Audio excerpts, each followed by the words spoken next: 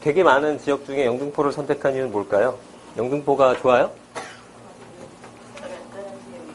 뜨는 지역이야? 네, 뜨는 지역이죠. 네. 영등포가 지금은 어때요, 분위기가? 그러니까 현황은 어떨까요? 굉장히 노후됐죠? 네, 가보시게 되면 너무너무 지저분합니다, 현재는.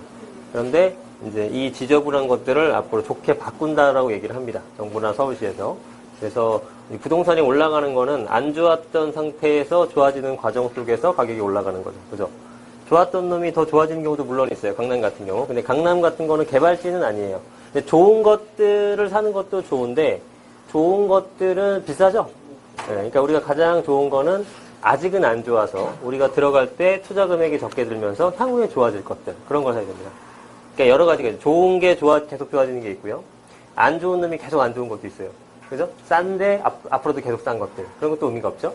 근데 좋지 않은데 좋아지는 것들이 이제 그게 가장 우리가 투자하기 적합한 입지가 될 텐데 그게 영등포가 된다는 겁니다. 자, 영등포 지역이 왜 그렇게 좋냐고 얘기를 하냐 하면은 많이 얘기 들어보셨죠? 오늘 얘기가 아니더라도. 우리 도시기본계획이라는 게 있어요. 모든 도시에는. 그게 뭐냐면은 그 각 도시에서 앞으로 어떻게 도심을 개발하겠다라는 얘기가 이렇게 플랜을 짭니다. 그런 플랜이 이제 서울 같은 건 서울 도시기본계획이라고 하는데 이런 내용이에요. 그래서 일단 서울 자체를 5개의 생활권으로 나눕니다. 서북권, 서남, 도심, 동북, 동남권으로 이렇게 나눠요. 그래서 5군데의 특징에 맞게 개발을 한다라고 얘기를 하는 거고 도심이 지금 3군데가 있어요. 그게 어디냐면은 강남하고 그 다음에 이 빨간색이에요. 빨간색 동그라미. 강남하고 그 다음에 현재 도심, 시청 있고 뭐 광화문 종로 있는 곳. 그 다음에 또 하나가 영등포랑 여의도 지역입니다. 그래서 지금 우리가 이 3핵이 특징이 뭐냐면은 요거 영등포 여의도하고요. 그 다음에 한양 도성 쪽하고 이 강남하고의 공통점이 뭘까요?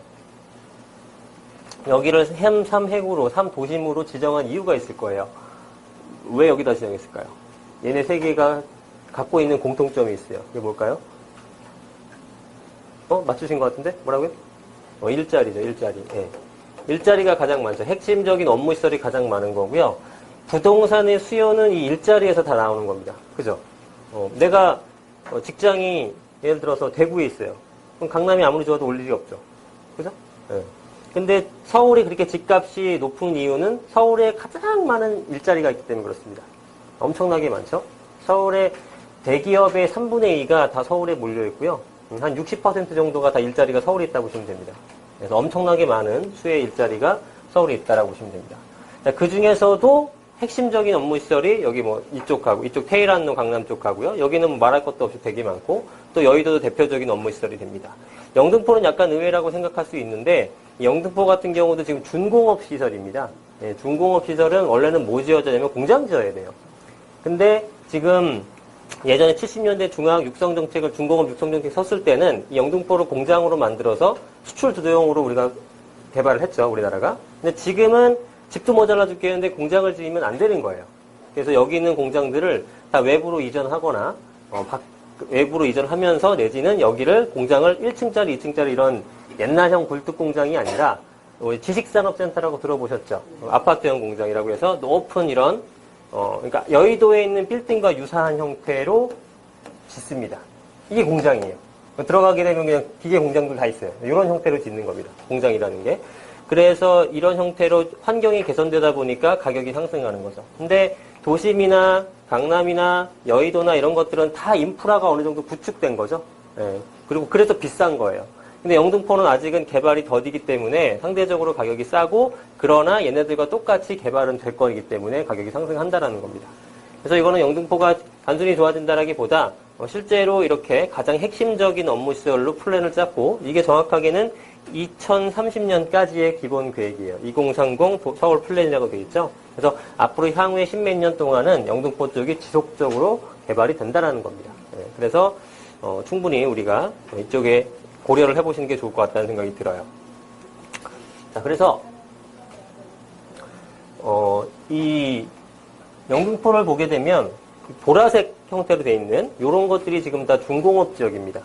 예, 중공업 지역. 그래서 이 지역 자체, 그러니까 서울시 전체의 중공업 비율 중에서 한 35% 정도가, 약 3분의 1이 넘게가 영등포 구에 다 집중이 돼 있죠. 그 외에 강서구나, 우리가 잘 알고 있는 성수동 쪽, 그 다음에 저쪽에 도봉구 쪽, 그런 데 일부 있고, 그 다음 구로구 쪽, 이런 금천구, 이런 데 좀 일부 있고, 대부분은 영등포에 몰려 있다는 거죠. 그래서 이쪽을 개발에 대한 명분과 필요성이 가장 높은 구역이고, 가장 크게 개발이 된다는 겁니다. 영등포 쪽을 주목해 볼 필요가 있겠죠. 자, 중공업 지역의 비율이 영등포 생활권에서 약 60% 정도를 차지합니다. 그러니까 영등포 구에서는 개발을 하려면 중공업지를 개발하지 않고서는 어떻게 할 수가 없죠. 그래서 실제로 2008년도 서울시 조례가 개정이 됐습니다. 원래는 4층 이하의 주거단지 외에는 다 산업단지만, 공장만 놓을 수 있었는데 개정돼서 아파트도 지을 수 있고요. 높게 이제 주거단지를 놓을 수 있게끔 변모를 한 거예요. 실제로 많이 변화가 되고 있습니다. 네, 나중에 이따 지도를 보여드릴 건데. 그래서 이 영등포구 청 홈페이지 같은 데 들어가시면요, 개발을 뭐뭐뭐 하는지 다 나옵니다, 사실은. 그래서 어디 지역을 개발한다, 어디 지역을 개발한다, 이런 것들이 다 있어요. 이건 도시환경정비사업 중에 일환이고, 그 다음에 이게 어디냐면 이게 여의도죠.